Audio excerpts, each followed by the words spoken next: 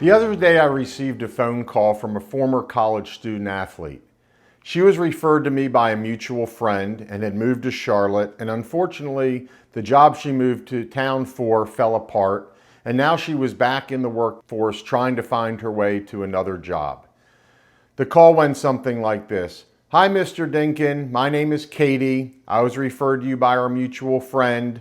She told me you know a lot of people in Charlotte, and I wanted to see if maybe you could help me find a job. Okay, Katie, great to hear from you. Tell me a little bit about yourself and what it is you think you might like to do. Well, I moved here with a marketing position and I got let go of the job, and I'm really not sure what to do next, but our mutual friend said you could help me. Okay, I said to Katie, but the reality is there was nothing I could do to help somebody that gave me so little direction in terms of what the help was that she really needed. The other thing that really stuck out to me is that when this person called me, they seemed to know nothing about me.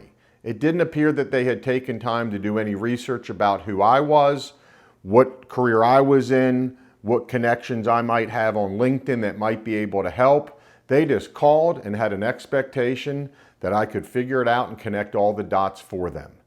Now, I'm not trying to put this young lady down, but the point I want to emphasize to you is that if you reach out to people in the professional world without a real clarity on what it is you want them to do to help you, and without having done some research on that person so that you can ask them questions that help engage them, I think you're going to fall short more often than not getting the help you're looking for. See, here's the reality. I'd really like to help this person. I'd really like to help anybody that's calling me seeking advice or help.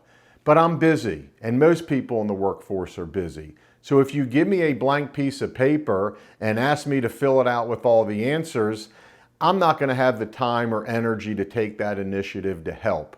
But if you call me and engage me in a way with questions that make me understand that you've done your homework about me, and maybe you've looked me up on LinkedIn and you can help identify some people I know or some companies I'm connected to that you might be interested in, now you're starting to take me down a road where it's easier for me to help and be of value to you. The problem is this young lady just didn't know any better. And so the purpose of this program is to show you a way so that you know better and then you can do better. So what I've created with this program is a very simple 5-step program that I call a career launch formula. And it goes like this. Step 1, you're going to meet a broad range of professionals and ask them basic discovery questions. And I'm going to teach you all the questions you need to ask. You're then going to perform internships or have what I call days in the field or shadow days, where you actually spend time with people in the workforce, getting a better understanding of what they do on the job so you can start to hone in and determine your professional passion. Step 3 is to have deeper discovery meetings and to seek more internships once you hone in on your career field of choice. The 4th step is to follow up with every professional you meet to create what I call TOMA, top of mind awareness. And then 5th and the final step is you're going to use these relationships you've built to launch your dream career. So let me ask you this.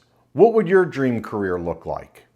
Maybe you've never thought to ask yourself these questions before, but what is it that your dream career would look like? Here's what most people I talk to tell me. They say it would allow them to do something that they love doing. We'd all like to do something we love doing, right? People say it would allow them to do something that they're really good at. That'd be even better. You love it and you're good at doing it. Most people I talk to also say they'd like to make a lot of money. And I don't think there's anything wrong with making a lot of money if that's what you aspire to do. People also say it would allow them to grow and get better on the job, day in, day out, year in and year out.